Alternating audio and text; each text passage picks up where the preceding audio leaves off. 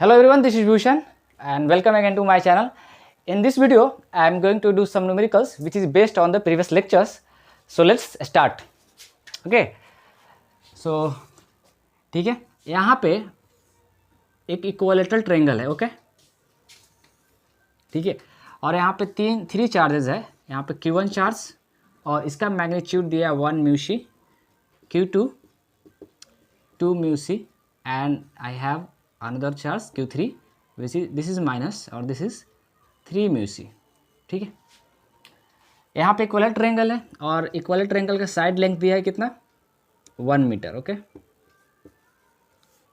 1 metre दिया है इसका साइड इक्विलेटरल ट्रायंगल का और 3 चार्ज है Q1 Q2 Q3. राइट, अब हमको क्या करना है, हमको निकालना है net force on charge Q1. ठीक है, find the magnitude of net force. And the magnitude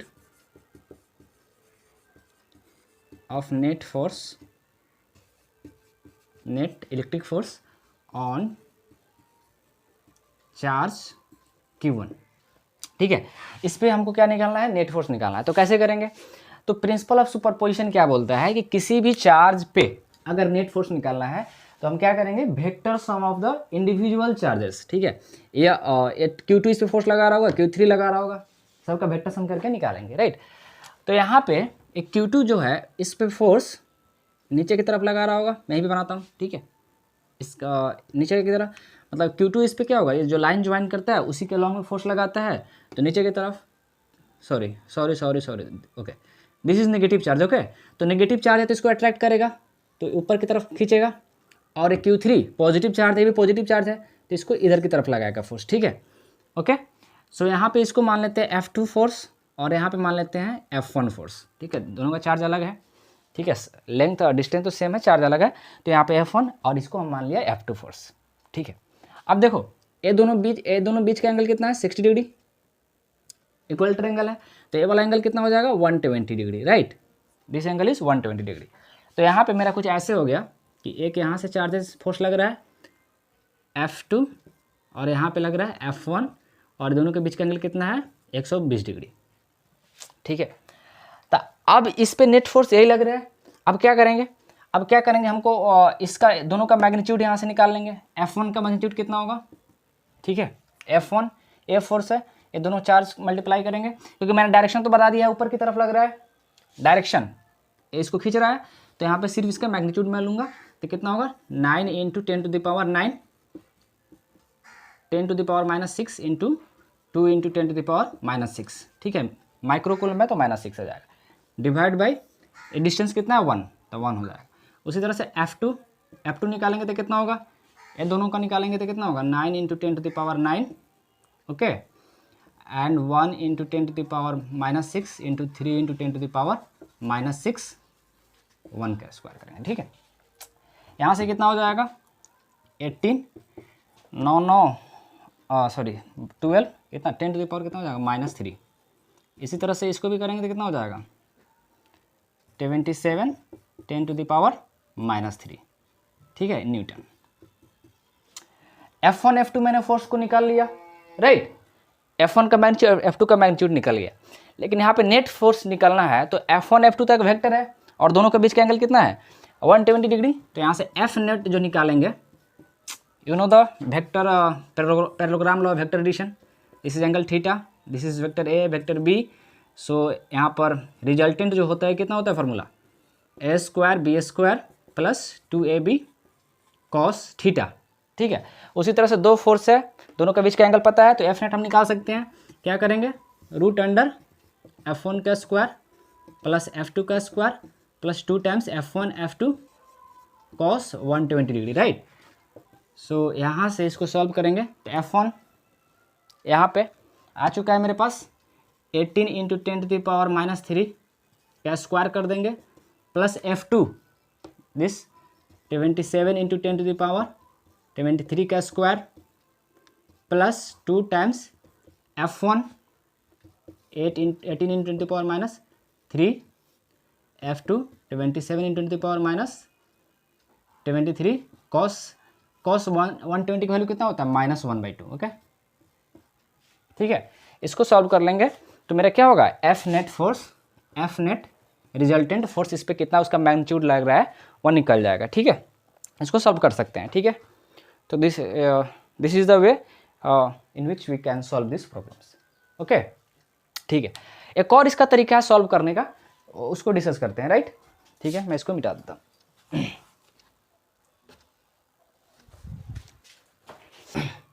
तो इस क्वेश्चंस को एक और तरीके से सॉल्व कर सकते हैं। उसको कैसे सॉल्व कर सकते हैं मैं बताता हूँ इसको। ठीक है, यहाँ पे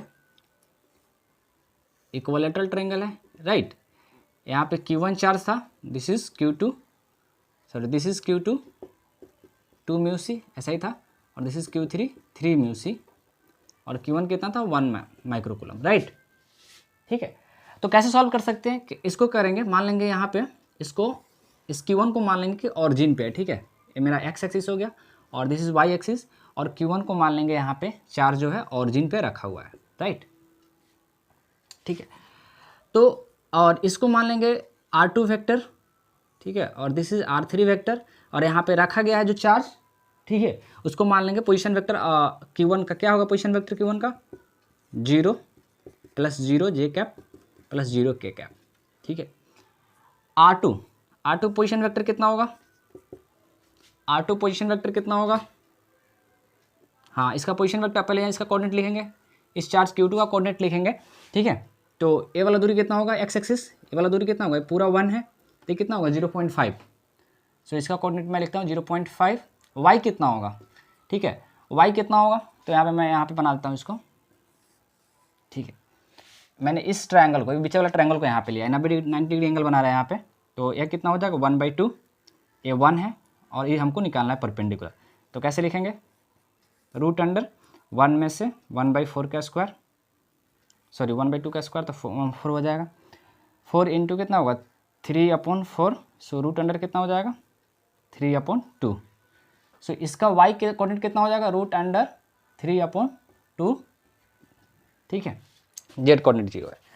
तो मैंने R2 का पोजीशन वेक्टर अगर मैं लिखना चाहूँ तो कितना लिखूंगा, इसमें से इसको घटाते हैं तो कितना होगा 0.5 i cap plus √under 3/2 j cap. Right, R3 position vector, इस चार्ज Q का पोजीशन वेक्टर R3 से रिप्रेजेंट कर रहे हैं, इसको कैसे लिखेंगे 1 i cap 0 j cap plus 0 k cap. क्यों, इसका इस Q चार्ज का कोऑर्डिनेट जो होगा 1 होगा 0 0 कोऑर्डिनेट्स। ठीक है, तो R1 R2 R3 मैंने पोजीशन वेक्टर चार्ज का लिख दिया। राइट, अब हमको पता है कि अगर इस पे Q1 पे हमको फोर्स निकालना है तो कूलम्स लॉ का जो एक्सप्रेशन है in the form of vectors कैसे होता है, F नेट निकालने का जो फॉर्मूला होता है 1/4πε0 Q1 Q2 अपॉन, ठीक है, R1 - R2 whole cube R1 - R2। ठीक है, जिस चार्ज पे निकालना है, ठीक है, जिस चार्ज Q1 पे निकालना है, तो इसका पोजीशन वेक्टर मैं डिस्कस किया था ना इसको, Coulomb's law in vector form, तो इसका पोजीशन वेक्टर R1 में से R2 को घटाएंगे। ठीक है, इस चार्ज के कारण। ठीक है, देखो अगर इस चार्ज के कारण यहाँ पे फोर्स निकालना है तो इस फार्मूला का, फिर इसके लगाएंगे तो ये लगाएंगे। ठीक है, तो यहाँ पे अगर लगाएंगे, यहाँ पे मान लेते हैं Q1 पे जो फोर्स लगा रहा है इसको मान लेते हैं F12। ठीक है, F12, तो क्या करेंगे 9 × 10⁻9 Q1 इसको लेंगे, कितना है 1 × 10⁻⁻6, Q2 इसको लेंगे, ठीक है, कितना होगा 2 × 10⁻6। Right, divide by R1 - R2, R1 में से R1 पोजीशन वेक्टर में से R2 घटाएंगे तो कितना होगा, ठीक है, R1 - R2 यहाँ पे लिखना है, तो R1 - R2 लिखेंगे -0.5 i cap minus √under 3/2 j cap. ठीक है, अब इन दोनों का मैग्नीट्यूड अगर निकालेंगे R1 - R2 का मैग्नीट्यूड निकालेंगे तो कितना होगा √अंडर, ये तो खत्म ही है, 0.5 का स्क्वायर प्लस इसका स्क्वायर करेंगे तो कितना होगा 3/4, सही हो जाएगा 0.25 प्लस 3/4 कितना हो जाएगा 0.75। ठीक है, 0.75 दोनों को ऐड करेंगे तो कितना हो जाएगा 1, तो यहाँ पे आ जाएगा 1। राइट, और यहाँ पे निकल गया मेरा F12। ठीक है, वेक्टर फॉर्म में मैं लिख रहा हूँ, ठीक है। उसी तरह से क्या निकालेंगे, 1 पे चार्ज निकालेंगे F13, ठीक है। 1 कूलम पे 3 के कारण जो फोर्स लग रहा है उसको लिखेंगे F13, force on charge Q1 due to Q3, right. यहाँ पर लिखेंगे तो कितना होगा, 9 × 10⁻⁹, ठीक है। Q1 10⁻⁻6, Q2 3 × 10⁻⁻6 बाई, ठीक है, ए वाला, ठीक है। क्या करेंगे, R3 - R2, यहाँ पर लिखेंगे क्या, R3 - R2 का मैग्नीट्यूड का क्यूब यहाँ पर लिखेंगे, ठीक है। R1 - R3, ठीक है। यहाँ पे R1 - R3 लिखो, चलिए। F13 इज इक्वल्स टू, इसको मल्टीप्लाई करेंगे तो 36 10⁻³ हो जाएगा। R1 में से देखो, R1 - R3, इसमें से इसको घटा लेंगे तो कितना हो जाएगा, यहाँ पर सिर्फ बचेगा -i कैप, ठीक है। ये तो 0 0 है, ठीक है। घटाएंगे तो -i कैप बचेगा, डिवाइड बाय इसका मैग्नीट्यूड लिखेंगे तो कितना होगा, 1 होगा, ठीक है। तो मैंने क्या किया, वेक्टर फॉर्म में, ठीक है, वेक्टर फॉर्म में, क्योंकि पहले ही हम लोग पढ़ चुके हैं expression of the Coulomb's law in the vector form, तो इस तरह से हम यहाँ पे फोर्स को निकाल रहे हैं। अब क्या करेंगे, अब हमको इस पर नेट फोर्स निकालना है। तो नेट फोर्स निकालना है तो हमको तो पता ही है कि नेट फोर्स जो होता है vector sum of this individual charge. तो यहाँ पे वेक्टर, यहाँ पे लिखेंगे F12 + F13, राइट। सो F नेट जो फोर्स निकल के आ गया, F12 कितना आ गया है, F12 ये वाला आ गया कितना, 18 10⁻³ 18 × 10⁻³ ठीक है, -0.5 i cap -√3/2 j cap plus 36 × 10⁻³ -i cap divide by 1, right. तो this is the net force on this charge Q1, ठीक है। अब इस तरह से वेक्टर फॉर्म में मैंने निकाल लिया, ठीक है। अब मैग्नीट्यूड भी निकाल सकते हैं इसका आसानी से। क्या करेंगे, I1 वाले टर्म को एक साथ लेंगे, ठीक है। J वाला टर्म अलग हो जाएगा एक, तो अगर इसका मैग्नीट्यूड निकालना होगा तो I1 वाला टर्म का स्क्वायर और J वाला टर्म का स्क्वायर करेंगे, right. So in this way we can solve this problems, okay, ठीक है। तो एक और क्वेश्चन देखते हैं, राइट, ओके। तो एक और क्वेश्चन डिस्कस करते हैं यहाँ पे, ठीक है। तो नेक्स्ट क्वेश्चन है कि यहाँ पे एक कॉमन इन पॉइंट्स है, ठीक है। DC पांडे बुक्स का क्वेश्चन है, ठीक है। इस इन पॉइंट से 2 बॉल को यहाँ पे मैंने क्या किया, 2 बॉल यहाँ पे है, ठीक है, ठीक है। 2 balls आर, ठीक है, suspended from the end point, ठीक है, विच हैविंग, ठीक है, 2 balls and which having charge Q1 and Q, okay. Both charges are same and mass also same, ठीक है। यहाँ पे चार्ज Q है और इसका मास M है, यहाँ पे चार्ज Q है और मास M है, ठीक है। तो क्या होगा, और यहाँ पे जो ये दिख रहा है इंसुलेटिंग वायर है, इंसुलेटिंग वायर, चाहे रॉड कुछ भी बोलो, ठीक है। इंसुलेटिंग है, चार्ज होगा तो चार्ज फ्लो हो जाएगा ना, कंडक्टर होगा तो इंसुलेटिंग है। और जैसे इसको दोनों चार्ज को छोड़ेंगे, ठीक है, छोड़ेंगे, सस्पेंड करेंगे, तो क्या होगा, ये दोनों चार्ज अगर पॉजिटिव है, सेम नेचर का है, तो क्या होगा, आपस भागेगा। क्योंकि दोनों जो यहाँ पे एक बॉल मेरे पास है, यहाँ पे एक बॉल है, इस पे चार्ज Q है, इस पे भी चार्ज Q है, मास सेम है, मास दोनों का सेम है, ठीक है। जब इसको रखेंगे यहाँ पे तो रिपल्सन के कारण क्या होगा, दूर भागेगा और जाके क्या होगा, इस तरह से इक्विलिब्रियम पोजीशन में आ जाएगा। तो कह रहा है कि 2 चार्ज को सस्पेंड किया गया है और इस पर चार्ज Q है और मास है 2 बॉल को, और इक्विलिब्रियम पोजीशन में, ठीक है, वर्टिकल के साथ जो एंगल बनाता है वो कितना एंगल है, थीटा, दिस इज थीटा, और इसका लेंथ L है, ठीक है, ठीक है। क्वेश्चन समझ आ गया, इसका लेंथ L, इसका भी लेंथ L, और इक्विलिब्रियम पोजीशन पे दोनों चार्ज कितना एंगल बना रहा है, थीटा एंगल बना रहा है। अब यही सेम चार्ज को किसी लिक्विड में रखा जाता है, ठीक है। क्वेश्चन क्या है, this system is again place in the liquid, okay, and which having density sigma, ठीक है। और यहाँ पे जो बॉल है उसका डेंसिटी कितना है, मैं लिख देता हूँ, डेंसिटी ऑफ बॉल रॉ, ठीक है। अब इस सेटअप को, अगेन दिस सेटअप को लिक्विड में रखा जाता है, किसी लिक्विड में रखा जाता है, ठीक है, लिक्विड में रखा जाता है। तो जब लिक्विड में रखने के बाद में भी दोनों के बीच का एंगल क्या है, थीटा कांस्टेंट है, this setup is again place in the liquid and the angle remain constant between जो बॉल लग रहा है वर्टिकल के साथ जो बना रहा है वो एंगल कांस्टेंट रहेगा, ठीक है। तो क्वेश्चन है find the dielectric constant, okay, dielectric constant of the liquid. Liquid का डाइलेक्ट्रिक कांस्टेंट को हमको निकालना है और लिक्विड का यहाँ पर डेंसिटी जो है वो कितना है, डेंसिटी ऑफ लिक्विड सिग्मा और density of this ball raw, okay. तो कैसे करेंगे क्वेश्चन को, ठीक है। क्वेश्चन समझ आ गया कि यहाँ पे दो बॉल को लटकाया गया है, दोनों के ठीक है लटकाया गया है, तो यहाँ पे भागेगा, रिपल्सन के कारण भागेगा, दूर भागेगा और दोनों के बीच का एंगल बना लेगा कितना, थीटा। अगेन दिस सिस्टम्स को किसी लिक्विड में रखा जाता है तो दोनों के बीच का एंगल थीटा है और लिक्विड का डेंसिटी कितना है, सिग्मा है। तो हमको निकालना है कि इस लिक्विड का डाई इलेक्ट्रिक कांस्टेंट कितना है, ठीक है, यही क्वेश्चन है। तो चलिए सॉल्व करते हैं इस क्वेश्चन को। कैसे करेंगे, सबसे पहले क्या होगा, ये वाला चार्ज एक दूसरे को रिपेल करेगा, सेम चार्ज है, तो यहाँ पे इधर की तरफ फोर्स लगेगा F, इसको F इलेक्ट्रिक फोर्स बोल लेते हैं, ठीक है।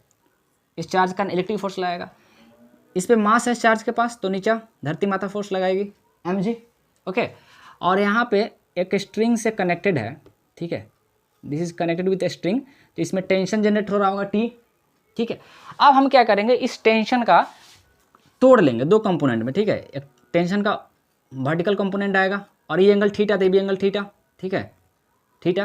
तो इसका एक कंपोनेंट इधर आ जाएगा तो कितना हो जाएगा, T साइन थीटा, और इधर आएगा तो कितना होगा, T कॉस थीटा, ठीक है। अब इक्विलिब्रियम पोजीशन पे सिंस चार्ज इक्विलिब्रियम में है तो T कॉस थीटा mg को बैलेंस कर रहा होगा, so this T cos theta is equal to mg, और ठीक है this T sine theta is equal to F electric force, दोनों के बीच में लग रहा है। इस इक्वेशन को दोनों को डिवाइड कर देंगे, ठीक है। तो T sine theta divide by T cos theta is equal to F electric force divide by mg, so खत्म हो जाएगा और यहाँ से आ जाएगा tan theta is equal to F electric force by mg, ठीक है, right. This is the equations for the charge particle in the free space, ठीक है। अब इसी चार्ज पार्टिकल को लिक्विड में रखा गया यहाँ पे, तो देखते हैं यहाँ पे क्या होगा। जब लिक्विड में रखा गया तो क्या होगा, यहाँ पे एक ऊपर की तरफ बाउंड फोर्स लगाएगा, क्योंकि लिक्विड है तो एक ऊपर की तरफ एक बाउंड फोर्स लगाएगा, B जिसको रिप्रेजेंट करेंगे, और इधर से एक इलेक्ट्रिक फोर्स लगाएगा। लेकिन यहाँ पे जो इलेक्ट्रिक फोर्स लगाएगा लिक्विड में है, ठीक है, दोनों सेम नहीं होगा, क्योंकि जब मीडियम में रखते हैं दो चार्ज पार्टिकल को तो वहाँ से फोर्स उसमें चेंज हो जाता है। और एक फार्मूला होता है कि किसी मीडियम में जो फोर्स निकालते हैं वह होता है F0 डिवाइड बाई ER, ठीक है। पिछले लेक्चर्स में मैंने इस फार्मूले को बताया था कि किसी भी मीडियम में जो फोर्स लगता है, ठीक है, फ्री स्पेस में जितना फोर्स है उसके रिलेटिव कांस्टेंट से, इसको क्या बोलते हैं, इसको डाइलेक्ट्रिक कांस्टेंट बोलते हैं, उसे डिवाइड करते हैं। तो यहाँ पे जो फोर्स लगेगा यहाँ पे मीडियम में, इसको मान लेंगे FM, ठीक है। और यहाँ पे बाउंड फोर्स है, यहाँ पे टेंशन है T, और दिस इज एंगल थीटा, सो यहाँ पे कितना हो जाएगा, T साइन थीटा, और ये हो जाएगा ऊपर का टेंशन का T कॉस थीटा। तो और नीचे mg फोर्स लगेगा। अगर इसका हम क्या करेंगे, FBD ड्रॉ करेंगे तो वहाँ से हम क्या लिखेंगे, bound force plus T cos theta is equal to mg, ठीक है। इसके लिए अब बाउंड फोर्स को क्या लिखते हैं, rho VG plus T cos theta, mg को क्या लिखेंगे, rho volume V into G, ठीक है, लिख सकते हैं इसको। Rho VG is the bound force, rho नहीं, sigma, this sigma is the density of the liquid, V is the volume, V क्या है यहाँ पे, volume of the ball, V क्या है, वॉल्यूम ऑफ बॉल, ठीक है। तो ये फॉर्मूला होता है बाउंड फोर्स का। और इस मास को mg को, मास को क्या लिख सकते हैं, rho into density into its volume, क्योंकि फॉर्मूला होता है ना, rho is equal to mass upon volume, so mass is equal to क्या होगा, रॉ इंटू V, तो mg की जगह पर रॉ इंटू V लिख दिया, ठीक है। अब यहाँ से क्या हो जाएगा, this T cos theta is equal to, common ले लेंगे यहाँ पे VG, तो रॉ माइनस सिग्मा दिस। अब ऊपर क्या लग रहा है, नीचे इधर T साइन थीटा लग रहा है, और इधर क्या लग रहा है, इधर लग रहा है इलेक्ट्रिक फोर्स। तो यहाँ से एक और इक्वेशन लिखेंगे, ठीक है, मुझे थोड़ा सा यहाँ ऊपर लिखता हूँ, ठीक है। तो ऊपर लिखेंगे m, यहाँ पर F M is equals to क्या हो जाएगा, टी साइन थीटा, राइट। अभी दोनों इक्वेशन को डिवाइड करेंगे दोनों को, तो क्या हो जाएगा, सॉरी साइन बाई कॉस क्या हो जाएगा, टेन थीटा, और ऊपर क्या लिखेंगे, एफ एम डिवाइड बाई, ठीक है, लिख सकते हैं। अब यहाँ से मेरे पास एक आ चुका है टेन थीटा, इसको इक्वेशन 1 मान लेंगे, ठीक है। तो इस टेन थीटा इसके जगह पर रिप्लेस करेंगे तो कितना हो जाएगा, F electric force divide by, इस एम जी को लिख सकते हैं rho V G is equals to, इस एम को क्या लिखेंगे, इसको लिखेंगे F electric force divide by E R V G rho minus sigma, ठीक है। एफ एम को मैंने क्या लिखा, एफ एम को मैंने कर दिया, क्योंकि फॉर्मूला होता है ना एफ नॉट बाई के, या यहाँ पर ई आर लिख सकते हैं, जो रिलेटिव कांस्टेंट होता है ना, डायलेक्ट्रिक कांस्टेंट जिसको बोलते हैं, ठीक है। तो मैंने यहाँ पर ई आर ही लिख दो यार, ठीक है। तो मैंने एफ एम की जगह पर एफ इलेक्ट्रिक, तो एफ इलेक्ट्रिक खत्म हो जाएगा, राइट। तो E R is equal to what, rho V G divide by V G into rho minus sigma, ये खत्म। So E R is equal to जो ओके, तो यहाँ पे मैंने क्या निकाला, ई आर को के भी बोलते हैं, ठीक है। ई आर मतलब यहाँ पे डायलेक्ट्रिक कांस्टेंट है, तो डायलेक्ट्रिक कांस्टेंट के से भी रिप्रेजेंट करते हैं, तो क्या आ गया यहाँ पर, raw divide by rho minus sigma, this is the, ठीक है, दिस इज द आंसर। तो हमको डायलेक्ट्रिक कांस्टेंट निकालना था, और K is equal to rho by rho minus sigma आ गया डायलेक्ट्रिक कांस्टेंट, ठीक है। तो this is the solution of this question, okay. तो इस क्वेश्चंस में, इस वीडियो में इतना ही, ठीक है। फिर मिलते हैं नेक्स्ट लेक्चर्स में कुछ और प्रॉब्लम्स के साथ, right. So okay, thanks for watching.